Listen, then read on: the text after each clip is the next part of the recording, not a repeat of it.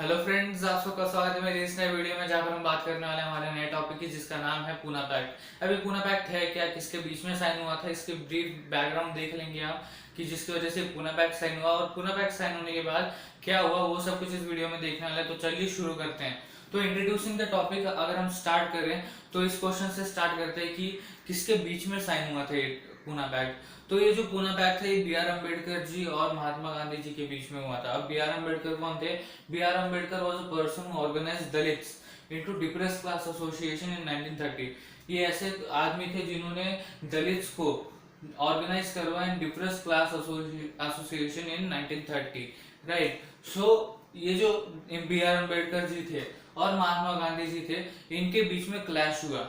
कब हुआ? In second round table conference, right. Second round table conference में अम्बेडकर जी और महात्मा गांधी जी के बीच में क्लैश होता है। क्यों होता है? क्योंकि अम्बेडकर जी वैसे डिमांड करते हैं, क्या डिमांड करते हैं? Separate electorate for Dalits. जब हम मोहम्मद अली जिन्ना और इनके बीच में देख रहे थे, एम आर जयकर, ये लिमिटेशन के बारे में देख रहे थे, तब मोहम्मद अली जिन्ना ने जब सेपरेट इलेक्टोरेट की बात की थी, तब मैंने आपको बताया था कि अगर पूना पैक्ट के वीडियो में भी आप देखेंगे तो महात्मा गांधी जी पहले से ही सेपरेट इलेक्टोरेट के मत में नहीं थे, मतलब उसको सपोर्ट नहीं करते थे, राइट। सो देखेंगे हम वो सपोर्ट क्यों नहीं करते थे। तो पहले ये देख लेते हैं कि अंबेडकर जी और महात्मा गांधी जी के बीच में क्लैश हुआ in second round table conference because of demanding of Ambedkar ji of separate electorate for Dalits.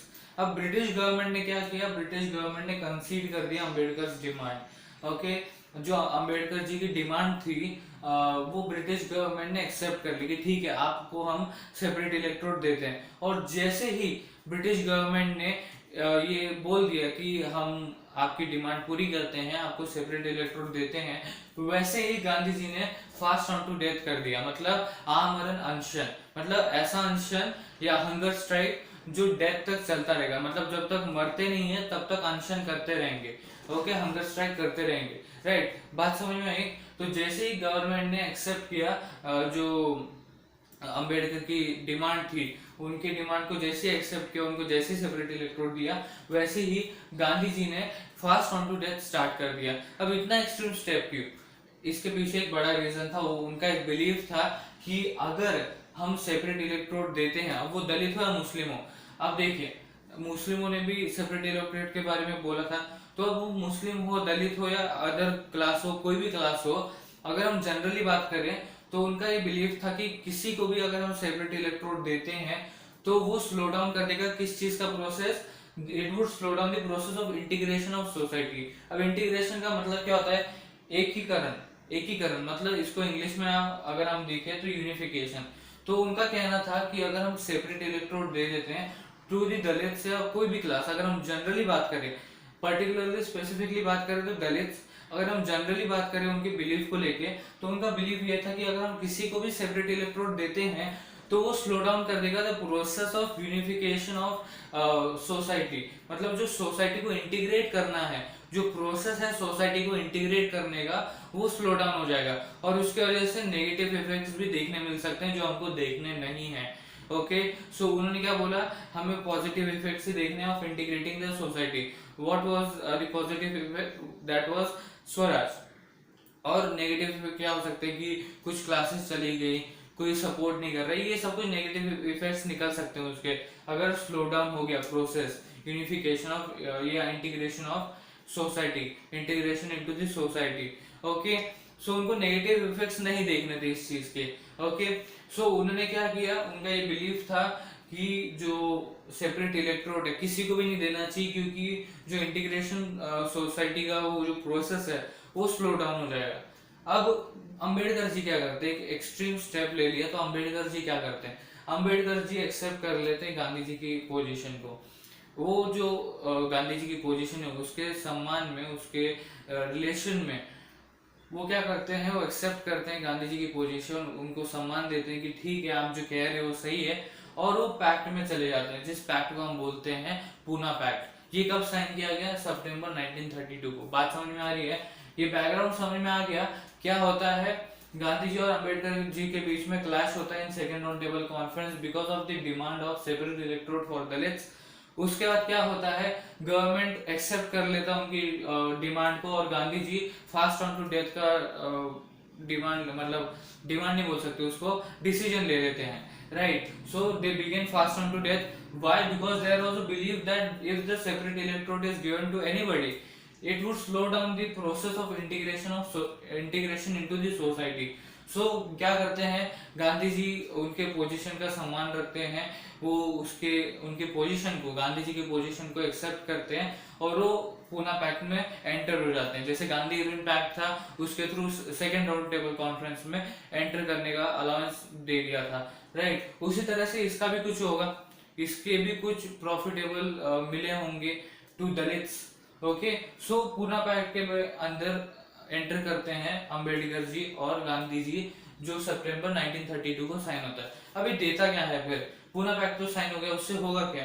तो जो डिप्रेस क्लास है, जिन्हें शेड्यूल क्लास बोला गया, ओके, जो डिप्रेस क्लास है जिन्हें बाद में शेड्यूल क्लास बोला गया, उन्हें रिजर्व सीट्स मिल गई in the provincial and legislative council, okay, central legislative council, but they वो voted by the general electorate. अब मैं बताता हूँ वापस डिफरेंस जनरल इलेक्टोरेट के थ्रू क्यों और सेपरेट इलेक्टोरेट के थ्रू क्यों नहीं।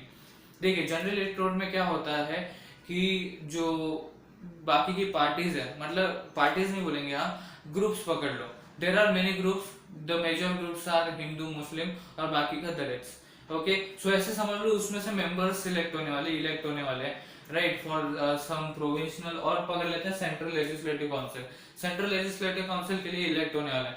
तो समझ लो 40% हो गया इसमें से दलित्स नहीं, सॉरी दलित्स नहीं, हिंदुओं में से, देन 40% हो गया इसमें से, क्या बोलते हैं, मुस्लिम्स में से 80% हो गया, 10% हो गया फ्रॉम दी अदर ग्रुप्स, जो भी बाकी की ग्रुप्स थी, राइट, उनमें से हो गए 10% इलेक्ट। तो सिर्फ 5 to 10% दलित्स में से आ रहे इलेक्ट हो रहे, नहीं तो उतना भी नहीं हो रहा। तो जनरल इलेक्टोरेट से वो इलेक्ट हो, क्या आ रहे थे, क्या नहीं हो रहे थे, इसलिए उन्होंने सेपरेट इलेक्टोरेट की डिमांड की, जिससे सिर्फ दलित्स ही, जो दलित्स है वही इलेक्ट होके आएंगे। ये बात समझ में आ रही है? तो इसलिए सेपरेट इलेक्टोरेट की डिमांड की दलित्स ने, ओके। सो क्या हुआ, अब वापस पूना पैक्ट के ऊपर आ जाते हैं। पूना पैक्ट से होगा क्या, जो डिप्रेस क्लास है, जिनको शेड्यूल कास्ट बोले जाने लगा बाद में, तो उनको रिजर्व सीट्स मिल गई, किस चीज में, provincial and central legislative council. But एक शर्त रखी थी कि वो जनरल इलेक्टोरेट के थ्रू ही इलेक्ट होंगे, वो वोटिंग करके आएंगे, तो वो जनरल इलेक्टोरेट के थ्रू ही वोटिंग करके आएंगे, ओके। ये बात समझ में आ गई। ये था पूरा पूना पैक्ट का। तो ये पूना पैक्ट साइन होने के बाद भी जो कांग्रेस की और दलित्स के बीच में रिलेशंस थे, वो एप्रीहेंसिव थे। एप्रीहेंसिव मतलब फिल्ड विद डाउट्स, मतलब कांग्रेस को यहाँ से डाउट था दलित के ऊपर कि अब क्या करेंगे, कैसे करेंगे, और दलित्स को इनके ऊपर डाउट था कि जो इन्होंने प्रॉमिस किया है, जैसे हम फॉर एग्जांपल लेते हैं रिजर्व सीट्स लेने देंगे भी, ये रिजर्व सीट्स मिलने देंगे भी या नहीं। So filled with doubts relation था between the Dalits and Congress. तो ये तो सिर्फ एक ऐसा बताया गया कि पूना पैक्ट के बाद क्या हुआ, बट इंपॉर्टेंट यहाँ तक है, पूना पैक्ट तक है, क्या क्या हुआ देखिए एक बार और रिकॉल कर लेते हैं। बी आर अम्बेडकर और गांधी जी के बीच में क्लैश होता है in second round table conference because of the demand of separate electorate for Dalits. अभी बी आर अम्बेडकर कौन थे? He was a person who organised Dalits into depressed class association in 1930, okay. So अब इन्होंने सेपरेट इलेक्टोरेट, जिन्होंने organise कर रहा था Dalits को इन डिप्रेस्ड क्लास एसोसिएशन, उन्होंने क्या किया, एक डिमांड रखा of separate electorate in second round table conference. उसके आगे क्या होता है, ब्रिटिश गवर्नमेंट जो था वो कंसीड कर लेता है Ambedkar demand and Gandhi ji began fast on to death. वो फास्ट ऑन टू डेथ मतलब आमरण अनशन स्टार्ट कर देते हैं। इतना एक्सट्रीम स्टेप क्यों लेते हैं? क्योंकि उनका एक बिलीफ था कि सेपरेट इलेक्टोरेट किसी को भी मिलता है, दलित हो या कोई भी हो, किसी को भी मिलता है तो वो स्लो डाउन कर देगा process of integration into society. Integration का मतलब हमने देखा यूनिफिकेशन, राइट। उसके बाद मैंने आपको बताया कि गांधी जी की पोजीशन को देखते हुए अंबेडकर जी ने एक्सेप्ट किया कि मैं अपनी डिमांड वापस लेता हूं, और वो पूना पैक्ट में एंटर होते हैं। पूना पैक्ट में एंटर होते हैं कब होते हैं? सितंबर 1932 में। और उसके वजह से जो दलित है या डिप्रेस क्लास है उनको क्या मिलता है? डिप्रेस क्लास को, जो शेड्यूल कास्ट बोला जाता है बाद में, उन्हें रिजर्व सीट्स मिल गई in provincial and central legislative council. But एक शर्त रखी थी कि मतलब जो दूसरी चीज थी, एक चीज तो मिल गई कि डिप्रेस क्लास को रिजर्व सीट हो जाएगा, ये चीज तो दे दी। उसके ऊपर से एक शर्त रखी कि वो जो जनरल इलेक्टोरेट है उसके थ्रू ही वोटिंग होंगे। ओके, ये बात समझ में आ गई। उसके बाद क्या हुआ, जैसे मैंने बोला पूना पैक्ट के बाद क्या हुआ कि जो दलित थे और कांग्रेस थे, इनके बीच में रिलेशन वैसे के वैसे ही रहे, डाउटफुल रिलेशन रहे, राइट। सो पूना पैक्ट का इंपॉर्टेंट था, राइट। ये पूरा समझ में आ गया होगा तो जरूर 3 चीजें कर देना, that is like and share my video and subscribe my channel Gyan classes, and thank you for watching this video friends.